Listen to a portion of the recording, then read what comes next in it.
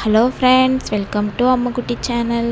இன்றைக்கி நம்ம சேனலில் ரொம்பவே டேஸ்டி அண்ட் கிறிஸ்பியான காலிஃப்ளவர் சில்லி வீட்டிலே எப்படி ஈஸியாக பண்ணலான்னு தான் பார்க்க போகிறோம்.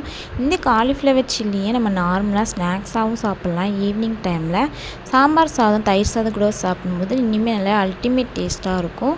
நம்ம சேனலில் ஃபஸ்ட் டைம் பார்க்குறவங்க மறக்காமல் சப்ஸ்கிரைப் பண்ணி வச்சுக்கோங்க.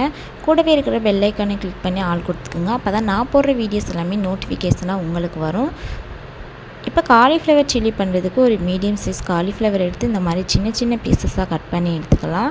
இப்போ இதில் சூடான தண்ணி வந்துட்டு 2 கப் அளவுக்கு சேர்த்துட்டு இது கூடயே 1 ஸ்பூன் அளவுக்கு கல்லுப்பு, 1 ஸ்பூன் அளவுக்கு மஞ்சத்தூள் சேர்த்து மிக்ஸ் பண்ணி விட்டுட்டு இதை ஒரு 5 நிமிஷம் அப்படியே வந்துட்டு மூடி போட்டு மூடி வச்சிடலாம். 5 நிமிஷத்துக்கு அப்புறம் நல்லா வந்துட்டு காலிஃப்ளவர் ஊறி வந்திருக்கும்.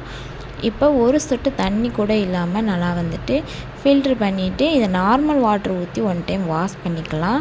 வாஷ் பண்ணிவிட்டு ஒரு சொட்டு தண்ணி கூட இல்லாமல் ஒரு பவுலுக்கு மாற்றிக்கோங்க. இப்போ இதில் வந்துட்டு நம்ம மசாலாஸ் மாவு ஐட்டம் சேர்த்துக்க போகிறோம். இப்போ ஒரு பவுலில் வந்துட்டு நம்ம சேர்த்த காலிஃப்ளவர் வந்து ஒரு சொட்டு தண்ணி இல்லாமல் சேர்த்துக்கணும். இப்போ இதில் வந்து மசாலா சேர்த்துக்கலாம்.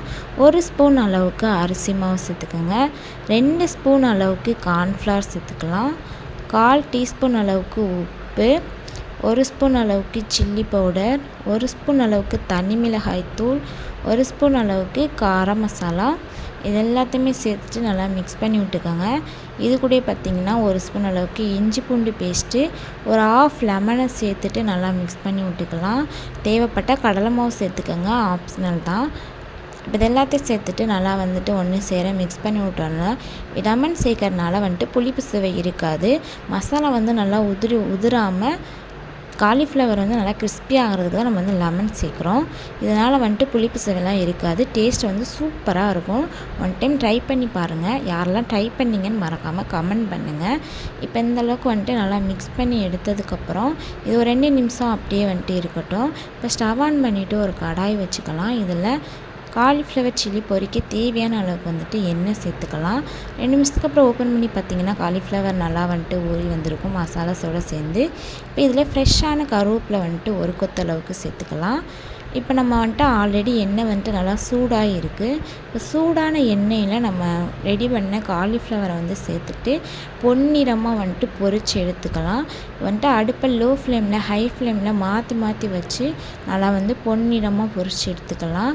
அவ்வளோதான். நல்லா ஒரு கிறிஸ்பி அண்ட் டேஸ்டியான காலிஃப்ளவர் சில்லி வந்து சூப்பராக வீட்டிலே ரெடி பண்ணிடலாம். கிட்ஸுக்கு வந்து நம்ம வெளியில் வாங்கி கொடுக்கறது பதிலாக வீட்டிலே வந்து ரெடி பண்ணி கொடுக்கறனால அவங்களுக்குமே வந்து ரொம்பவே பிடிக்கும். ஓகே ஃப்ரெண்ட்ஸ், வீடியோ பிடிச்சிருந்தால் லைக் பண்ணி ஷேர் பண்ணுங்கள். மறக்காமல் நம்ம சேனலை சப்ஸ்கிரைப் பண்ணி வச்சுக்கோங்க. தேங்க்யூ. தேங்க்ஸ் ஃபார் வாட்சிங்.